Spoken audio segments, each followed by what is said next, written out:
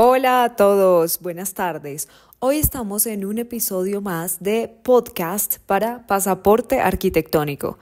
Soy Andrea Sánchez Burgos, arquitecta, máster en diseño de interiores, y hoy vamos a tener una entrevista exclusiva en la que vamos a hablar acerca de la historia de la arquitectura. Vamos a hablar con una eminencia en el área y es el profesor David Francisco Llamosa. Bueno, antes de que llegue o nos conteste el profesor David Llamosa, les voy a contar un poco más de su trayectoria. Pues les cuento que el profesor arquitecto además es físico. Él estudió física en la Universidad Vasily Karasin en Kharkov, Ucrania. Luego estudió arquitectura en la Universidad Nacional de Colombia y también hizo un magíster en teoría e historia de la arquitectura y la ciudad en la Universidad Nacional. Y actualmente está haciendo un doctorado en complejidad, diseño urbano y ambiental. Ya le preguntaremos más acerca de este doctorado. Démosle la bienvenida al profesor David Francisco Llamosa. Buenas noches, Andrea. Bienvenido. ¿Cómo estás? Muy bien, muchas gracias por estar aquí. Es un honor para nosotros tenerte. Cuéntanos un poco más de ti, de tu trayectoria. Pensé que la arquitectura podría ser un buen campo donde convergían una gran cantidad de variables, ¿no es cierto? La arquitectura era pintura, era escultura, tenía que ver con el entorno social, con la historia y con el tiempo. Entonces lo hice como un experimento. Pues qué bueno que hiciste ese experimento. Y ahora haces un doctorado en... Pensamiento complejo. En Hermosillo, Sonora, México. En la Multiversidad Edgar Morán, se llama así. Y he desarrollando en el doctorado una tesis sobre urbanismo sistémico y sostenible. Tú iniciaste en la docencia en la Universidad Nacional. Vemos aquí que fuiste jefe de obras comunales en IDEPAC. También fuiste docente en la Universidad de los Andes. Fuiste docente en la Universidad Distrital Francisco José de Caldas. También fuiste docente investigador en la Tadeo Lozano. También fuiste profesor de tesis en La Piloto de Bogotá. Fuiste asesor patrimonial de urbanismo sustentable en Bogotá.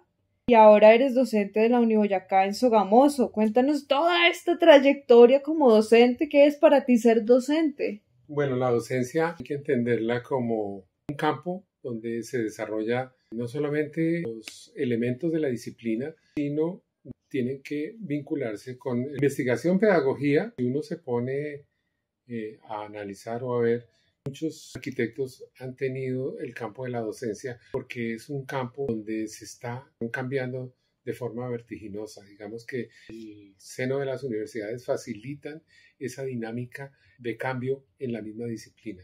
Entonces no es lo mismo el arquitecto que se ha dedicado a hacer su oficio como arquitecto, no es lo mismo que el profesor que ha dedicado a hacer su oficio como arquitecto, pero también lo ha conjugado con el oficio de docente. La dinámica del campo universitario mantiene, digamos, esa tensión fundamental del cambio en la disciplina.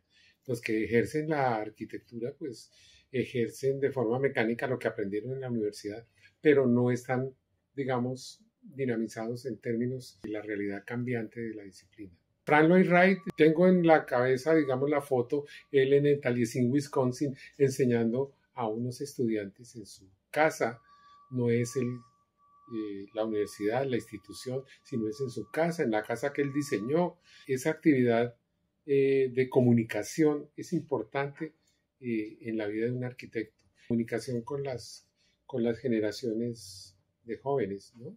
Entonces, ahí está, digamos, la influencia del maestro, pero no para copiarlo ni para seguirlo al pie de la letra, sino para encontrarse uno mismo a través de ciertas enseñanzas, pero finalmente encontrar su propio camino.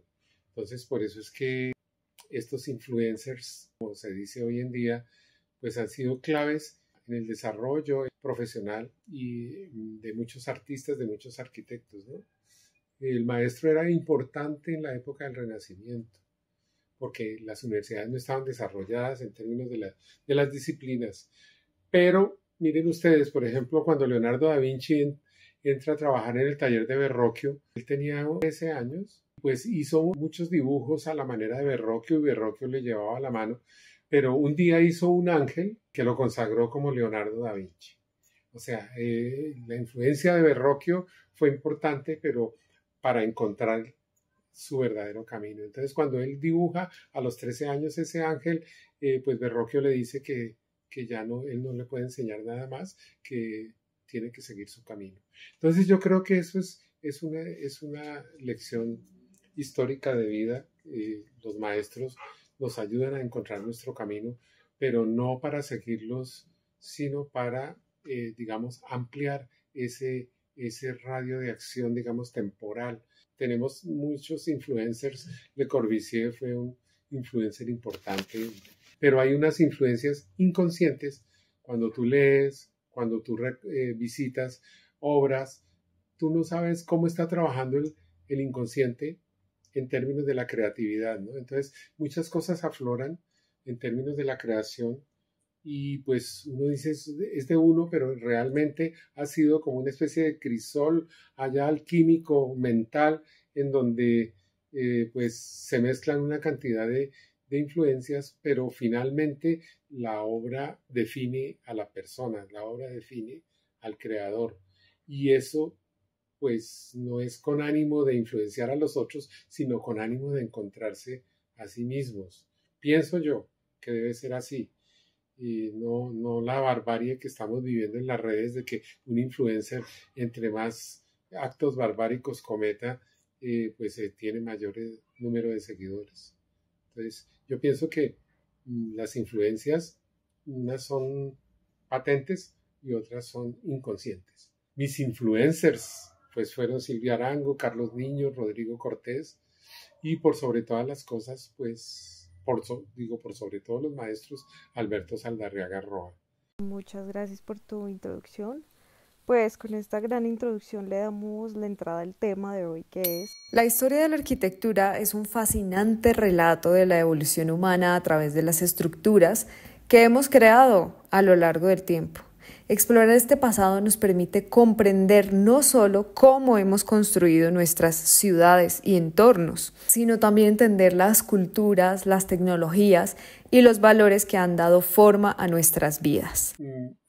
La reflexión sobre la historia es una reflexión sobre la naturaleza de la arquitectura, porque la arquitectura, digamos, no es un asunto que sea del estricto, de lo que llamamos presente, que entre otras cosas no lo tenemos muy claro, pero la idea es que para comprender la arquitectura hay que no solamente entenderla en términos de espacio como comúnmente se les enseña a los pequeños, sino la arquitectura tiene que entenderse en términos de espacio y de tiempo. Entonces, nuestra vida no alcanza el promedio de vida para entender, digamos, los desarrollos, digamos, del tiempo largo. Entendemos los desarrollos del tiempo corto, del arte y de la arquitectura, pero no los del tiempo largo.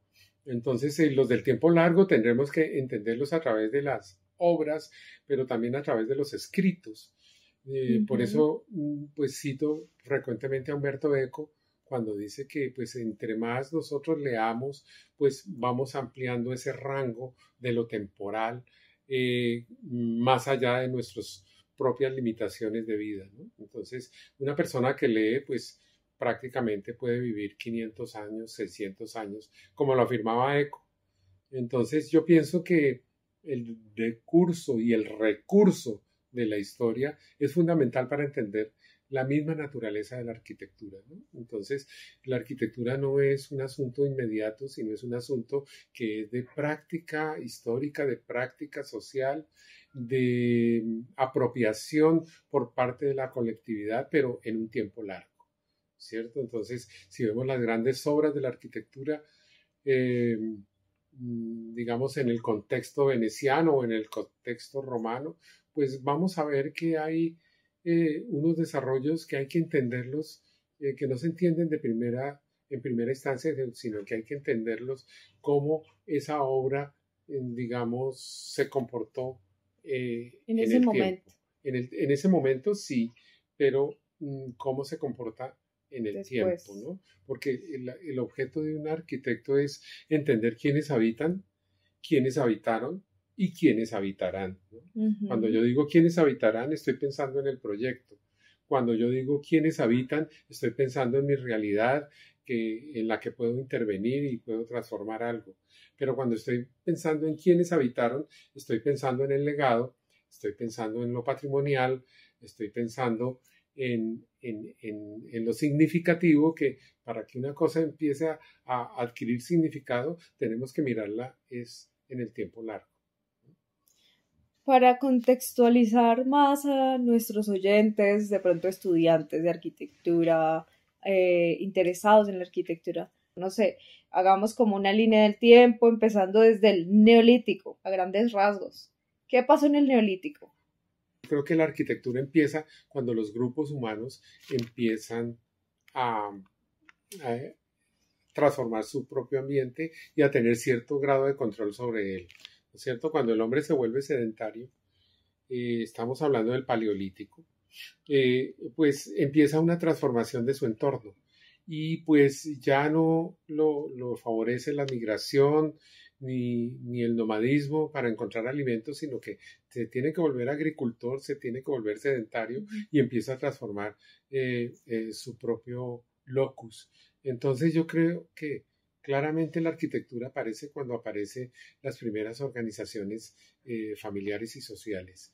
Entonces el punto cero de la arquitectura es muy difícil de determinar. Hay un libro maravilloso de Joseph Rigbert que se llama La casa de Adán en el paraíso, donde él expone, digamos, las principales teorías que vienen inclusive del siglo XVIII, hablando del origen de la arquitectura. ¿Cuándo empezó la arquitectura? ¿Cuándo el hombre empezó, digamos, a dejar el cobijo para tener, digamos, una intencionalidad muy clara en su hábitat, ¿no? Porque la arquitectura tiene que trascender el cobijo. Arquitectónico significa más allá de lo tectónico, significa que lo tectónico, lo construido, lo matérico es tan solo el principio, que finalmente lo que cuenta en la arquitectura son los espacios significativos, lo que cuenta es la memoria, lo que cuenta es el legado. Bueno, entonces si ya vamos más adelante, pues vemos que inclusive la misma pirámide de las pirámides de Gizeh, pues no son monumentos funerarios como los entendemos comúnmente en Occidente, sino son casas de habitación para la eternidad, ¿no? Entonces eso es lo que como en el pensamiento, digamos, egipcio, no existe la tumba, existe es una casa Eterna. Para la eternidad, ¿no? Entonces, eso es un principio. Después, Grecia. digamos, seguiríamos con el momento griego, que es ya cuando, pues, claramente hay una integración entre la naturaleza y la parte edificada, ¿no? Entonces, esa relación positiva entre la naturaleza y el edificio es desarrollada de forma magistral por el arquitecto griego, ¿no? Entonces, los órdenes clásicos. Los órdenes clásicos, pero por sobre todas las cosas, esas relaciones, digamos, en términos de paisaje y asentamiento, como lo cita Christian Norbert Schulz en su arquitectura occidental.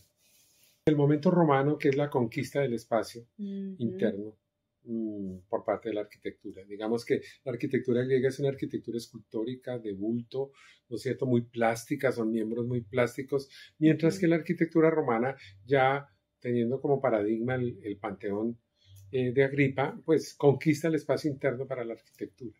Desde ese momento entendemos la arquitectura como el espacio interno, como lo define Bruno Sevi en sus libros, como por ejemplo Saber ver la arquitectura. El gótico. Bueno, ya pasando del momento, digamos, romano, pues hay un periodo de transición que es el periodo medieval entre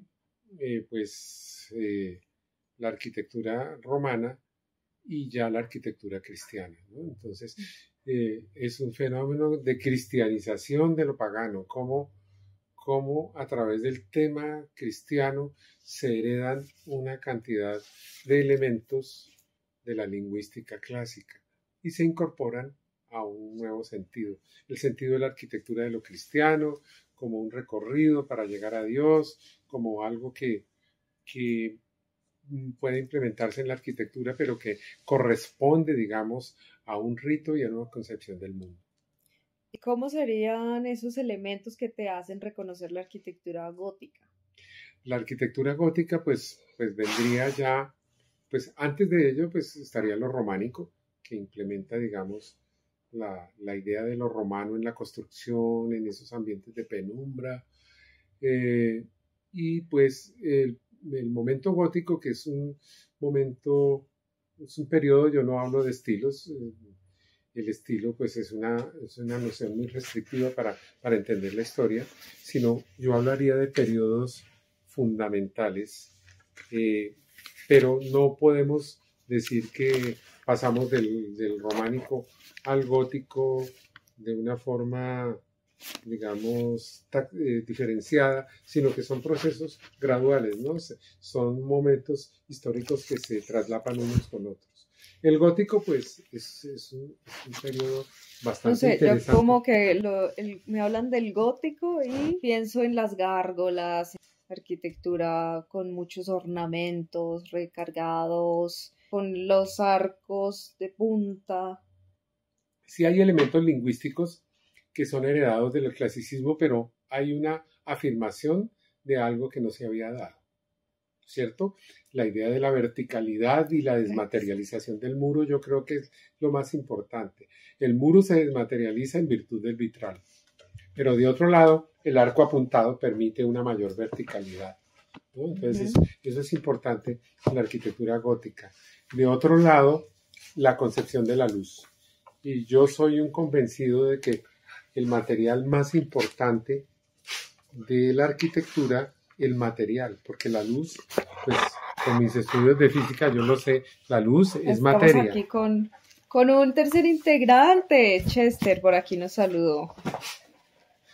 Entonces la luz es un elemento material que pues básicamente trabajan los maestros. Es decir, no los maestros artesanos de la arquitectura, sino los maestros de maestros. Recordemos que arquitecto significa maestro de maestros.